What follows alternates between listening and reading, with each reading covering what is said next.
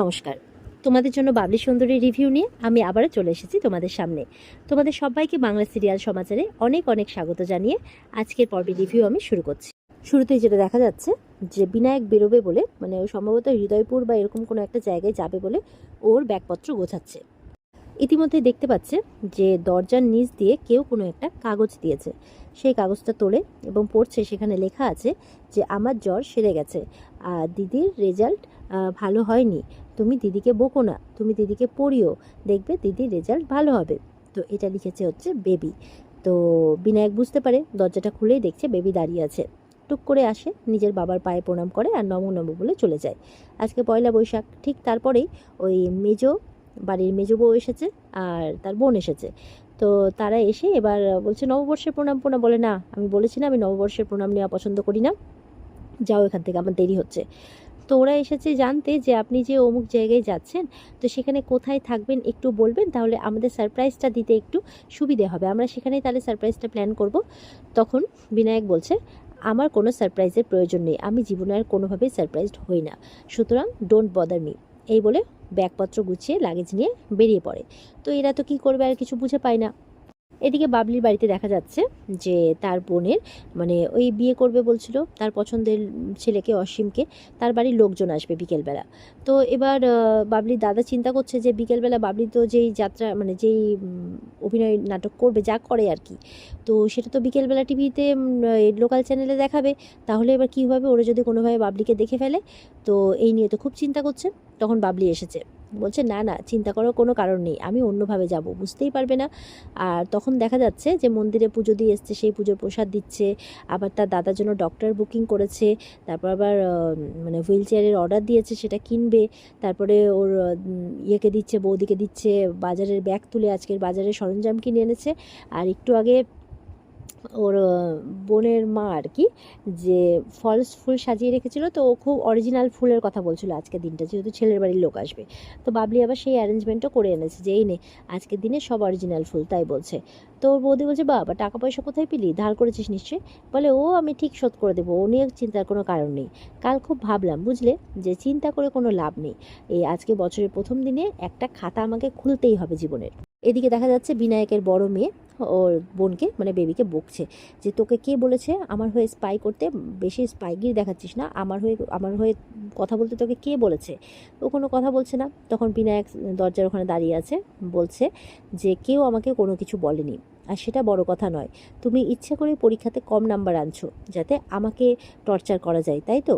একই ক্লাসে তুমি দুবার রয়েছো, এটা কিন্তু মোটেও ভালো নয়, তোমার মা তো খারাপ লাগছে। বলে আমার ভালো মন্দ দেখার আমার মার আর কোনো মানে চান্সই নেই, আমার মা আর দেখতে পায় না সেই সব। তো সেই সব কথা বলে লাভ নেই, আর আমাকে আমার মা পড়াতো, সেটা কি আপনি ভুলে গেছেন? তো বলছে যে ঠিকই আছে, কিন্তু তুমি যে রেজাল্ট খারাপ করছো তাতে তো তোমার মায়েরই খারাপ লাগবে, তাই বলছি যে মায়ের কথা ভেবে অন্তত পক্ষে পড়াশোনা করাটা, ঠিক মতো পড়াশোনাটা করো, তাই বলছে। এই বলে বিনায়ক ওখান থেকে চলে যায়। তোর বড় মেয়ে তো এমনি ওর বাবাকে সহ্য করতে পারে না, মিস্টার চট্টরাজ মিস্টার চট্টরাজ বলে বলে ডাকে। এরপরে বেবির কাছে এসেছে যে খবরদার যদি আর বাবার হয়ে স্পাইগিরি করতে গেছিস তাহলে কিন্তু কপাল খারাপ আছে তোর, এভাবে বলছে। একদম মুখে আঙুল দিয়ে থাকবে আমার সামনে। তো বেবি তো মুখে আঙুল দিয়ে দেয়। তারপরে আবার বলছে যে মেজো কাম্মা ছোটো কাম্মা না আমাদের জন্য মায়ের ব্যবস্থা করছে, আমাদের মাদের নিয়ে আসবে বলছে, মানে ওরা কিন্তু ভালো হবে না, মানে ওদের বোনদের নিয়ে আসবে আমাদের মা করবে বলে, এরকমটা বলছে। এটা কিন্তু আমাদের জন্য ভালো হবে না, ওরা আসলে কিন্তু আমাদের উপরে খুব অত্যাচার করবে, এরকমভাবে বলছে, আমাদের ভালো থাকতে দেবে না। তখন মানে রিমি বলছে যে আনাচ্ছি, দেখাচ্ছি মজা ওদের, এইভাবে বলছে। তারপরে আবার বেবিকে বলছে থ্যাঙ্কস ফর দ্য ইনফরমেশান। বেবির তো মুখে হাসি ফুটে যায় যে ওর দিদি ওকে থ্যাঙ্কস বলেছে, তুই তুই আমাকে থ্যাঙ্কস বললি, তাই বলছে। মানে ওর দিদি তো একটু ভালো করে কথা বলে না, এইটুকুর ছলে একটু ভালো করে কথা বললো, তাই সে খুব খুশি। কিন্তু সে কিন্তু তার দিদিকে খুব ভালোবাসে, খুব পরোয়া করে, মানে খুব চিন্তা করে। তো এবার অসীমের বাড়ির লোকজন আসবে, এদিকে বাবলি বিভিন্ন রকম রান্না বান্না করে রেডি করে দিয়েছে। ওর বৌদি বলছে কিরে তুই কি ম্যাজিশিয়ান যে এত কিছু রান্না করে ফেলেছিস। এবার সেখানে ওর বোন এসেছে, বলছে পান্তুয়া নেই।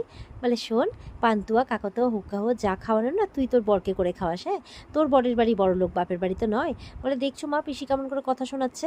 এবার এই কথা বলতে না বলতেই দেখা যাচ্ছে অসীমের বাড়ির লোক এসে হাজির। এবার তো বাবলির চিন্তা যে সে এবার কি করে বেরোবে সবার সামনে দিয়ে। এদিকে দেখা যাচ্ছে বিনায়ক যাচ্ছে, সঙ্গে অর্চিষ্মানও আছে। তো বলছে যে এই তোর হাতে স্পিড ওঠে না, ড্রাইভারকে ছুটি দিতে তোকে কে বলেছে? হ্যাঁ, চালা তাড়াতাড়ি গাড়ি চালা, লেট হচ্ছে। তো তখন বিনায়কের বাবা ফোন করেছে, এই তোর আসতে কতক্ষণ রে? না মানে বাড়ির গাড়িটা করে তো ওই সব মেজো বউরা ওরা সব চলে গেল, এরপর নাকি ওর বোনরাও যাবে। তো ভাবছিলাম তুই যদি গাড়িটা পাঠিয়ে দিস তাহলে আমি তোর মা বাচ্চারা সবাই বেরোবো আর কি। বলে কেন, তোমরা কোথায় যাবে? আমার তো ফিরতে রাত হবে। বলে কেন, তুই তো অফিস থেকে যাবি হৃদয়পুর রাজবাড়িতে, তো 1 ঘন্টাও তো লাগার কথা নয়। বলে 1 মিনিট হোল্ড করো। তো এবার বলছে কি রে, বাবা বললো হৃদয়পুর পৌঁছাতে 1 ঘন্টাও লাগবে না, তুই বলছে 3 ঘন্টা লাগবে। বলে হৃদয়পুর, হৃদয় ডাঙা ওটা। আরে আজকে সকালে শৈলীরাও ফোন করেছিল, তোর এক্স্যাক্ট লোকেশন জানতে চেয়েছিল। তো আমি বলে দিয়েছি যে রাজবাড়ি বললেই যে কেউ দেখিয়ে দেবে। তো এবার তো অবাক হয়ে গেছে বিনায়ক। তো অর্চিষ্মান বলছে সহেলি কিন্তু স্ট্রিক্ট, মানে বলে দিয়েছে স্ট্রিক্টভাবে, হ্যাঁ, তো ইনস্ট্রাকশন আছে। তো হৃদয়পুরটা কিন্তু আমি বলিনি, ওটা আপনি বলেছিলেন কালকে, হ্যাঁ, সংশোধনটা আপনি করেননি। এরপরে বিনায়কর বাবাকে বলছে শ্রীমান অর্চিষ্মান আপনাকে রাজবাড়ি পৌঁছে দেবে, আসছে ও এক্ষুনি। তো ফোনটা রেখে দেয়। তো এবার অর্চিষ্মান বলছে আমি? বলে হ্যাঁ। অর্চিষ্মান বলছে আমি তো তোকে নিয়ে যাচ্ছি, ওদের নিয়ে গেলে তোকে কী করে নিয়ে যাবো? বলে আমি আমাকে নিয়ে যাবো, স্টপ দ্য কার। এই বলে গাড়িটা থামায়, বলে গেট আউট, গেট আউট, এভাবে বলছে। তো এবার তো বিনায়ক নিজেই যাবে ঠিক করেছে। অর্চিষ্মান অবাক হয়ে যায়। আর ওদিকে দেখা যাচ্ছে বাবলির বাড়িতে অসীমা আর ওর মারা সবাই মিলে চলে এসেছে। তো এসে বলছে কামিন কামিন, ওর বৌদি বলছে। তারপরে বলছে যে এখানকার তাড়াতাড়ি দেখাশোনাটা ছেড়ে নিয়ে আমরা আবার বিচিত্রা অনুষ্ঠানে যাব, একটু তাড়া আছে। তখন তো মানে বাবলির বৌদি অবাক হয়ে গেছে, হোয়ার গো, সেই বিচিত্রা অনুষ্ঠানে তো বাবলি থাকবে, মুশকিলে পড়ে যাবে দেখে নিলেই, তাই চিন্তায় পড়ে গেছে। এদিকে তো বিনায়ক একদম গাড়ি নিয়ে পৌঁছতেই পারছে না, সামনে তো লোকজন হুড়মি খেয়ে পড়ছে, এত ভিড়। বলছে এ কি, গাড়ির সামনে হুড়মি খেয়ে পড়াটা কি খুব জরুরি? বলে এখন কতক্ষণে পৌঁছাবো কে জানে, এই হৃদয় ডাঙ্গা, তাই বলছে। এদিকে বাবলির বাড়িতে তো লোক, মানে ওরা সব বসে আছে, অপেক্ষা করছে একটু দিদি যান না, রিনিকে তাড়াতাড়ি ডেকে দিন না। আর এদিকে তো রিনির মা এমন ইংরেজি ঝাড়ছে ভুলভাল, তোরা একটু অবাকই হয়ে যাচ্ছে। তো যাই হোক, এবার বাবলির ব্যাপারেও কথা হচ্ছে, আরও যে বউগুলো এসছে। বলছে বাবা সত্যি, মানে রিনির বিয়েটা দিলে বাঁচেন, বাবলির যে মুখ বাপরে বাপ, দেখলেই হাসি পায়। তো এবার বাবলির বৌদি বলছে আপনি চেনেন বাবলিকে? বলে হ্যাঁ চিনবো না, সেই বাজারে দেখেছিলাম তো, বাপরে যা মুখ, ভোলা যায় না। বাবলির কিন্তু শুনে খারাপ লাগছে। তো রিনি বলছে যে খারাপ লাগলো পিসি? বলে না না ধুর, ওই তো বললো না যে মুখটা দেখলে হাসি পায়, তো অর্ধেক বাজি তো আমি ওখানেই মেরে নিয়েছি। যাই। রিনি বলছে তুমি এবার সবার সামনে কি করে বেরোবে? বলে যাই আর একটু অদ্ভুত হয়নি, ব্যাস আর কোনো অসুবিধা নেই, ওই সামনে দিয়ে বেরিয়ে পড়বো। এবার তো বাবলি চশমা টশমা পরে এক্সট্রা দাঁত ফাত লাগিয়ে বলছে আমি এখন দন্তশশী কাজের মাসি। বলছে ঘোমটা টানা বিউটি দাসী, তাই ওইভাবে সেজে এখন কাপড় চোপড় মুখে চোখে বড় ঘোমটা দিয়েও এখন সবার সামনে দিয়ে বেরোবে আর কি, যাতে কেউ চিনতে না পারে। কারণ ওদিকে ডাক পড়ে গেছে, 7টার মধ্যে পৌঁছতে হবে, বিচিত্রা অনুষ্ঠান প্রায় শুরু হওয়ার দিকে। এদিকে অসীমের মারাও তাড়াহুড়ো করছে সেই অনুষ্ঠান দেখতে যাবে বলে। তো এবার বাবলি বেরিয়েছে, তাড়াহুড়ো করে যাচ্ছে, এই শুনুন আপনার কাপড়গুলো নিয়ে গেলাম, এত কম টাকা এত কাপড় কাছে যায় না বাবু, তবুও আমি দিয়ে দেবো। বলে ঠিক আছে। তো এবার অসীমের মা বলছে এই শোনো, তো বলছে রিনির মাকে বলছে কাজের মাসি তো নাকি? বলে হ্যাঁ হ্যাঁ। বলে তার এত দেমাগ, এত দজ্জাল, বাপ রে বাপ। এই এখানে চা পড়েছে, মুছে দিয়ে যাও তো। এবার বাবলি ভাবছে এবার কি করি। তো বাবলি এবার কি করবে বুঝে উঠতে পারছে না। তো এবার ওদিকে বিনায়ক জিজ্ঞাসা করছে এখান থেকে রাজবাড়িটা কত দূর? বলে ওই তো আর কিছুটা গিয়েই। তো রওনা হয়েছে। আর এদিকে বাবলিকে এবার ধরেছে, এই কথা শুনবি না, তোর এত বড় সাহস, কাজের লোক হয়ে তুই এত বড় রব দেখাচ্ছিস, তারা তোর মুখটা দেখে ছাড়ছি আমি। এই বলে ওর পেছনে তাড়াহুড়ো ঘুরছে আর কি। আর বাবলি পালাচ্ছে, ওর পেছনে পেছন মেয়ের মা পালাচ্ছে, মানে ছেলের মা। অসীম বলছে যে এই তুমি কি বলো তো, এই জন্য তোমার বাড়িতে একটা কাজের লোক টেকে না, এখন তুমি ওদের বাড়িতে এসছো কাজের লোক ভাড়াতে। তখন বলছে এই শোন, ওরা এখন আমাদের আত্মীয় হলো, ঠিক আছে, আর এর মুখ তো আমি দেখেই ছাড়বো। এই করতে করতে ঘোমটাটা উঠিয়েছে, আর দেখে অবাক হয়ে গেছে। এই যদিও বা এক্সট্রা দাঁত লাগিয়েছে, চোখে চশমা চিনতে পারেনি, আগে দেখেনি কখনো বাবলিকে। তো যেই মুখ দেখেছে সেই মুখ দেখেও হেঁচকে তুলতে শুরু করে দিয়েছে, অবাক। তখন বাবলি বলছে এই এখানে আপনাদের কথা শুনে শুনে মরছি, এখন কি বাইরের লোকের কথাও শুনতে হবে, তাদের কথাই চলতে হবে? রইল আপনার চাকরি, আর আপনার বাড়িতে কাল থেকে আমি কাজ করতে আসছি না। এই বলে বাইরে বেরিয়ে চলে যায়। তো মানে বাবলির বৌদি ভাবছে যাক বাবা, হাফ ছেড়ে বাঁচলাম। এবার বাইরে গিয়ে তো সেই নাচ নাচছে যে বেরোতে পেরেছে বাবলি। আর এবার কি করেছে, আরে একটা কাজ করতে তো ভুলেই যাচ্ছি, দুয়ারের সামনে এক গাদা সরষার তেল ফেলে রেখে দিয়েছে, যাতে ওরা বেরোতে গেলেই পা পিছলে সব কটা পরে আর বিচিত্রা অনুষ্ঠানে যাওয়া ওদের বন্ধ হয়ে যায়, নাহলে তো বাবলিকে দেখে ফেলবে, মুশকিল হয়ে যাবে।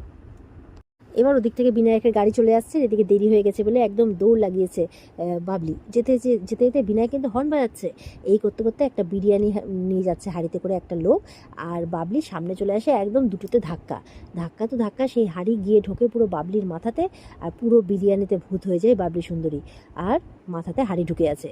আর ওদিকে বাকি মাল মশলা সব একদম বিনায়কের গাড়িতে গিয়ে পড়েছে। বিনায়ক তো রেগে বোম হয়ে গেছে, এটা কি হচ্ছে, এটা কি, হ্যাঁ আমি হর্ন বাজাচ্ছি আপনি কি শুনতে পাননি, আপনার কানে কি তালা? বলে কানে তালা না, কানে হাঁড়ি। বলে কি বলছেনটা কি আপনি? হ্যাঁ, এক তো বিরিয়ানির পচা গন্ধ, তার মধ্যে গাড়ি নোংরা, হ্যাঁ ডিসগাস্টিং ব্যাপার স্যাপার। এবার তো হাঁড়িটা সরিয়েছে। তখন এই মাথায় ডিম নেওয়া মহিলা, ডিসগাস্টিং মহিলার সাথে আমি কথা বলতে চাই না, এক্ষুনি আমার গাড়ি পরিষ্কার করুন। মানে ওর মাথার মধ্যে একটা ডিম আটকে গেছে, এরকম একটা ব্যাপার। আর পুরো বিরিয়ানিতে ভূত হয়ে আছে। বলে কি আমি গাড়ি পরিষ্কার করবো? বলে হ্যাঁ, আপনি দেখতে পান না বিরিয়ানির লোকটা তো পুরো অজ্ঞান হয়ে পড়েছে, জ্ঞান নাই। আর এদিকে বলছে যে এক্ষুনি আমার গাড়ি পরিষ্কার করুন, আমি কিচ্ছু শুনতে চাই না, যার কাছে হাঁড়ি সে গাড়ি পরিষ্কার করবে। বলে কি যার কাছে হাঁড়ি সেই গাড়ি পরিষ্কার করবে? বলে হ্যাঁ। এই বলে হাঁড়িটা নিয়ে বিনায়কের মাথার মধ্যে ঢুকিয়ে দেয় আর বাবলি ওখান থেকে পালিয়ে যায়। সবাই তো হো হো করে হাসছে, আর বিনায়ক তো রেগে খোঁচে বোম, কারণ ও বিরিয়ানিতে ভূত হয়ে গেছে, গায়ে তেল মশলা সব কিছু পরে জামা কাপড় নষ্ট হয়ে গেছে, কি করবে? ওর তো মাথা পুরো গরম হয়ে গেছে। আর ওদিকে দেখা যাচ্ছে রিনিকে দেখে নেওয়ার পর ওরা কিন্তু এবার বেরোবে, বিচিত্রা অনুষ্ঠান দেখতে যাবে। বলছে চপটা খেতে খুব সুন্দর হয়েছে, কম তেলে, বিয়ের পর কিন্তু রোজ খাবো। এবার আরেকটা বাচ্চা মেয়ে তো বলতেই যাবে কি ওটা পিসি বানিয়েছে, ওকে তখন চুপ করিয়ে দেয়। দিয়ে এবার ছেলের মারা তাড়াতাড়ি করে বেরিয়েছে, আর বাইরে তো তেল ফেলে রেখেছে বাবলি, তেলে এমন পা পিছলে পড়েছে, কোমর গেছে ভেঙে। তো বলছে হায় মরে গেলাম রে, মরে গেলাম। তখন বাবলির বৌদি বলছে আজকে আর বিচিত্রা অনুষ্ঠান দেখতে যেন না, আজকে বরঞ্চ বাড়ি ফিরে যান। আর ওদিকে বাবলির দাদা বলছে যাক বাবা, প্রথম ভাড়াটা কাটলো ওই কমেডি সুন্দরীর জন্য, তাই বলছে। এবার বাবলি পৌঁছেছে ওই ওখানে স্টেজে, কিন্তু বাবলির এই ভূত অবস্থা দেখে তো ওকে স্টেজে উঠতে দেবে না। বাবলি বলছে আমাকে 5টা মিনিট দাও না, আমি এক্ষুনি আসছি রেডি হয়ে, কিন্তু আমাকে টিভিতে দেখাবে না কিন্তু। বলে ঠিক আছে, তোকে 5 মিনিট দিলাম, যা তাড়াতাড়ি আয়, নাহলে কিন্তু 1 সেকেন্ডও বেশি পাবি না, তোকে উঠতে দেবো না। এই বলে চলে যায়। এবার ওরা প্রার্থনা করছে যে 5 মিনিটে বাবলি রেডি হয়ে না আসতে পারে, স্টেজে ওকে না উঠতে দেওয়া হয়, এরকম ব্যাপার। আর ওখানে বিনায়ক তো একদম রেগে খোঁচে বুম, ওকে ফোন করেছে তখন 38 মান। তখন বলছে কি রে তুই কত দূরে পৌঁছলি? বলে আমার কথা ছাড়, তুই পৌঁছেছিস, তোর কাজ হয়েছে কি না? 38 মান বলছে আমার কাজ তো ডান, কিন্তু এখানে যে এন্টারটেনমেন্ট চলছে। বলে এন্টারটেনমেন্ট? হ্যাঁ, এখানে আমি তেলে ঝোলে মেখে কোপ্তা হয়ে আছি, আমার গাড়ি তেলে পুরো ইয়ে হয়ে আছে, এন্টারটেনমেন্ট দেখাচ্ছিস? বলে কি কি বলছিসটা কি? আর এত আওয়াজ কোথা থেকে আছে, মাইক বাজছে নাকি? বলে হ্যাঁ, আমি মাইক হয়ে বাজছি তো এখন। মানে একদম রেগে খোঁচে বোম হয়ে গেছে। আর 38 মান তোর কথা শুনে অবাক হয়ে যাচ্ছে যে ব্যাপারটা কি হলো, কি হলো আবার। আর ওদিকে মানে বিনায়ক বলছে ওই মেয়েটাকে তো আমি আর ছাড়বো না, ওকে আমি আচ্ছা করে শায়েস্তা করেই ছাড়বো, ডিম মাথায় আলি মেয়েকে, এরকমভাবে বলছে। আর এখানে কিন্তু আজকের পর্ব শেষ হয়ে যায়। তো পরের দিন আমরা দেখতে পাবো যে এর পরের মুখোমুখিটা বাবলির সাথে কীরকম ধামাকাদার হচ্ছে বিনায়কের।